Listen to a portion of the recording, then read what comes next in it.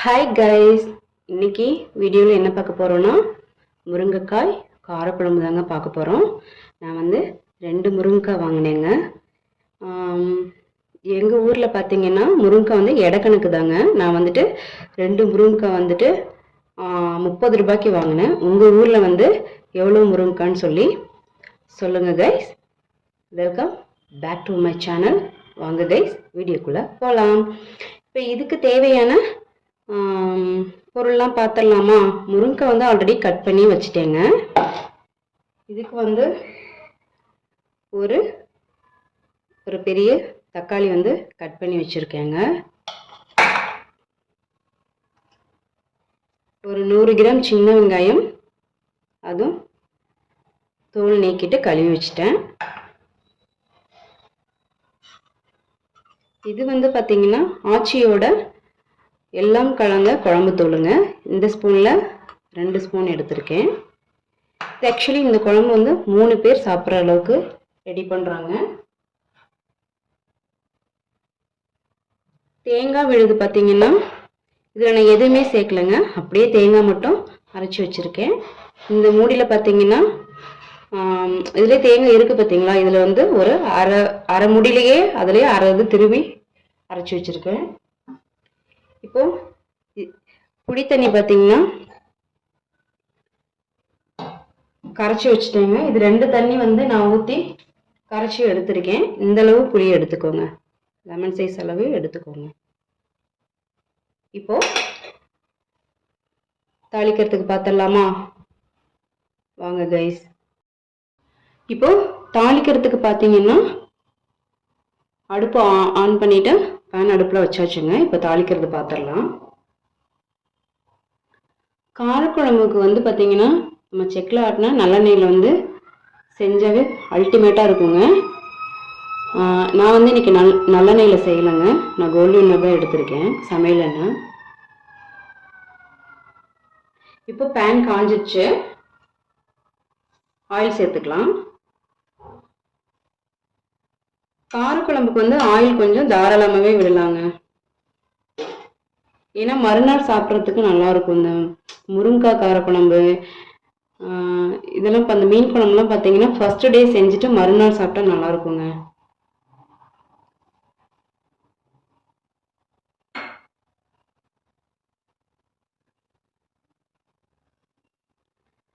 அடுப்பு வந்து சிம்மில் வச்சுக்கோங்க.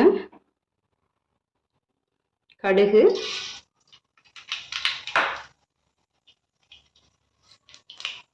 வெந்தயம்,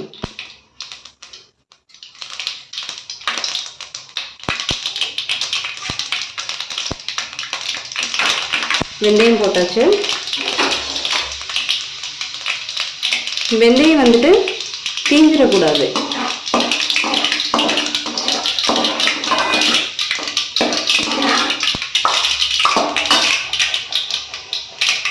இப்போ சின்ன வெங்காயம் வச்சோம் இல்லையா, சேர்த்துக்கலாம்.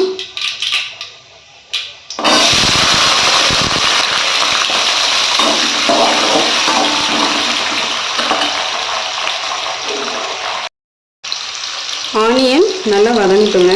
இந்த டைமில் 2 கொத்து கருவேப்பிலை சேர்த்துக்கலாம்.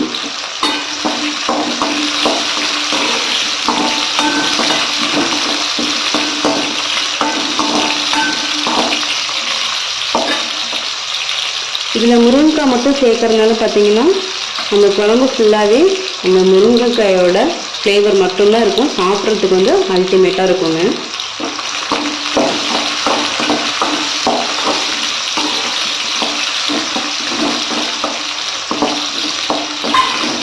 ஆனியன் பார்த்தீங்கன்னா இந்த அளவுக்கு வதங்கியதும் ஒரு 3/4 பதம் தான் ஆனியன் வந்து வதங்கியிருக்கேங்க.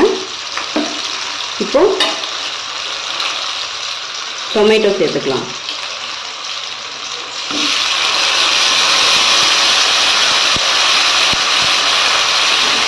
சேர்த்துட்டு நல்லா கலந்து விட்டுருங்க. தக்காளி போட்டு கலந்து விட்டுட்டு இப்போ என்ன பண்ணுறோன்னா ஒரு பிஞ்ச் அளவு இன்னும் கொஞ்சம் கூட சேர்த்துக்கலாம். கொஞ்சம் சால்ட்டு சேர்த்துருக்கேங்க. கலந்து விட்டுக்கலாம்.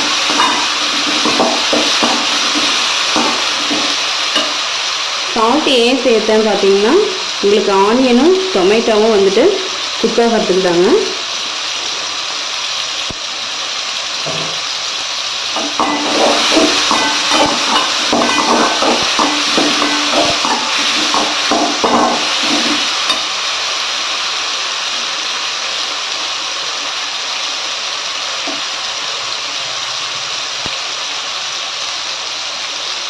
என்னோட நேட்டிவ் பார்த்தீங்கன்னா தஞ்சாவூருங்க. ஸோ அங்கெல்லாம் பார்த்தீங்கன்னா எல்லார் வீட்லேயுமே முருங்கை மரம் இருக்கும். அங்கெல்லாம் ஈஸியாகவே முருங்கைக்காய் கிடைக்குங்க. நாங்கள் வந்து சிட்டியில் வந்து இப்போ செட்டில் ஆகிருக்கோம். ஸோ இங்கெல்லாம் பார்த்தீங்கன்னா முருங்கைக்காய் வந்து நாங்கள் இடைக்கு தான் வாங்க வேண்டியதாக இருக்குது.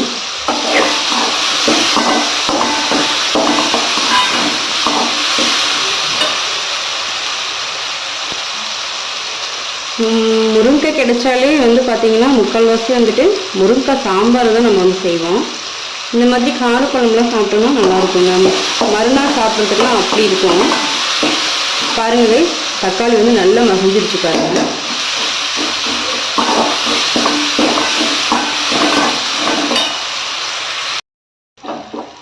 தக்காளி பார்த்தீங்கன்னா பாருங்க, தக்காளி வந்து ஒரு தொக்கு ஸ்டேஜுக்கு வந்துருச்சு. இந்த டைமில் நம்ம மசாலா சேர்த்துக்கலாம்.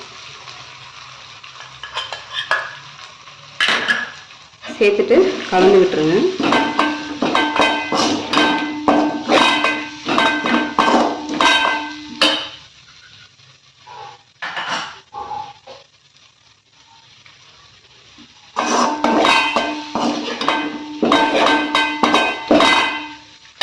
இப்போ முருங்கைக்காய் சேர்த்துக்கலாம்.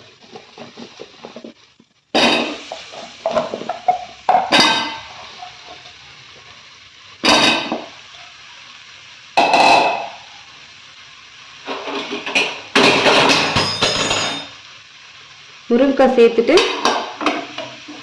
நல்லா கலந்து விடுங்க.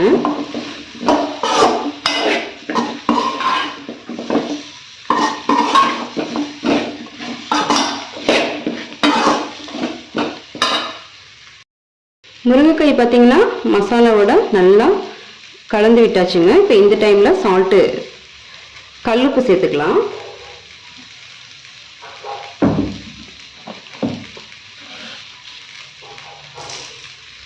கல்லுப்பு வந்து அளவாகவே போடுங்க. நம்ம புளி சேர்த்துட்டு உப்பு பார்ப்போம் இல்லையா, அந்த டைமில் கூட நம்ம கலந்துக்கலாம்.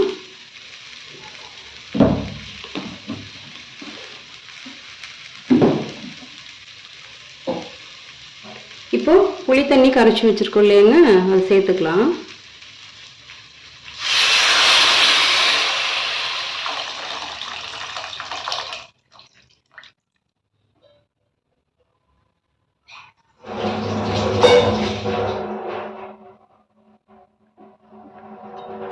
புளி தண்ணி சேர்த்துட்டு நல்லா கலந்து விடுங்க.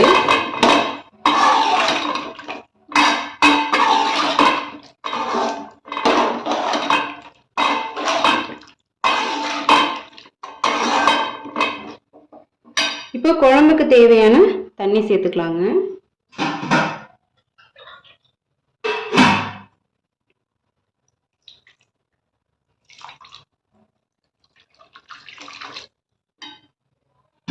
இதில் நீங்கள் வந்து தேங்காய் அரைச்சி சேர்க்கலை அப்படின்னாக்கா தக்காளி வந்து அரைச்சி போட்டுக்கோங்க. அப்போ தான் குழம்பு வந்து கெட்டியாக கிடைக்கும். நான் வந்து தேங்காய் சேர்க்கறதுனால இன்னைக்கு வந்து தக்காளி வந்து நான் அரைக்கலைங்க. ஓகே, இப்போ வந்து உப்பு பார்த்துக்கலாம். புளிப்பு, காரம், உப்பு எல்லாமே வந்து எனக்கு கரெக்டாக பர்ஃபெக்டாக இருக்குங்க. இப்போ மூடி போட்டுக்கலாம் கைஸ். மூடி போட்டுக்கலாம். இப்போ இதுக்கு வந்து தனியாலாம் வந்து மஞ்சத்தூள்லாம் போட தேவையில்லைங்க. இப்போ ஆச்சி மசாலாவில் பார்த்தீங்கன்னா எல்லாமே கலந்து தூள் தானே வாங்கியிருக்கோம். அதனால மஞ்சத்தூள்லாம் சேர்க்க வந்து தேவையில்லை. இப்போ வந்து குழம்பு வந்து கொதிட்டுங்க, பார்க்கலாம். மூடி போட்டோம் இல்லையா, அப்போ திறந்து பார்த்துக்கலாங்க. நல்லா கொதி வந்துருச்சு. மூடி போட்டுட்டு அப்பப்போ வந்து குழம்பு வந்துட்டு நம்ம திறந்து பார்த்துக்கணும்.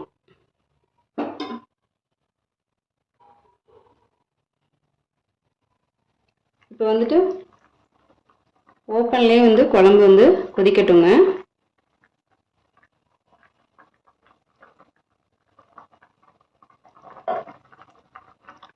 அப்படியே அந்த முருங்கைக்காயோட ஃப்ளேவர் பார்த்தீங்கன்னா அல்டிமேட்டாக இருக்குங்க. அப்படியே அந்த குழம்பு வந்து நம்ம வீட்டுக்கு வரவங்களே கேட்பாங்க, இன்னைக்கு என்ன முருங்கைக்காய் குழம்பா அப்படின்னு சொல்லி கேட்பாங்க.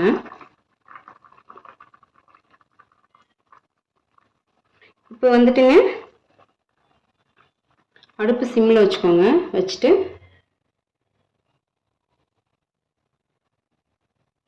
தேங்காய் சேர்த்துக்கலாம்.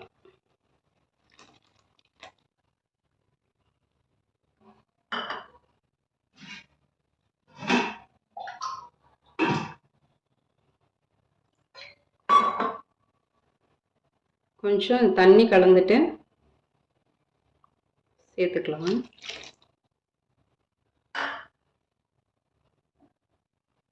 இப்போ அடுப்பு கொஞ்சம் கூட்டி வச்சுட்டு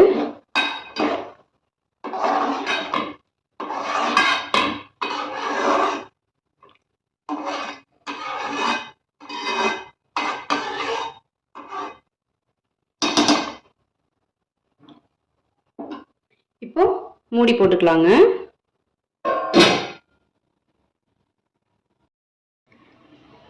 தேங்காய் சேர்த்துட்டு மூடி போட்டோம் இல்லையாங்க. இப்போ மூடி திறந்து பார்த்துக்கலாம். நல்லா காய் வந்து நல்லா வெந்துருச்சு. குழம்புலாம் இந்த ஓரத்தில் பாருங்களேன். அவ்வளோதாங்க, குழம்பு வந்து ரெடி ஆயிடுச்சு. பாருங்க, குழம்பு வந்து நல்லாவே ரெடி ஆயிடுச்சுங்க. இப்போ நான் வந்துட்டு ஒரு பவுலுக்கு வந்து மாற்றிட்டு இப்போ பார்க்கலாங்க. பாருங்க கைஸ், நான் வந்து பவுலில் மாற்றிட்டேன். முருங்கைக்காய் காரக்குழம்பு வந்து ரெடி ஆயிடுச்சுங்க. இதுக்கு காம்பினேஷன் பார்த்தீங்கன்னா நான் வந்து ஆல்ரெடி வாழைக்காய் ஃப்ரை வந்து பண்ணிட்டேங்க. இதான் காம்பினேஷன். ஸோ நீங்களும் இந்த மாதிரி ட்ரை பண்ணி பாருங்க கைஸ். உங்களுக்கு இந்த வீடியோ பிடிச்சிருந்ததுன்னா லைக், ஷேர், சப்ஸ்கிரைப் பண்ணுங்க கைஸ். நெக்ஸ்ட் வீடியோவில் பார்க்கலாம்.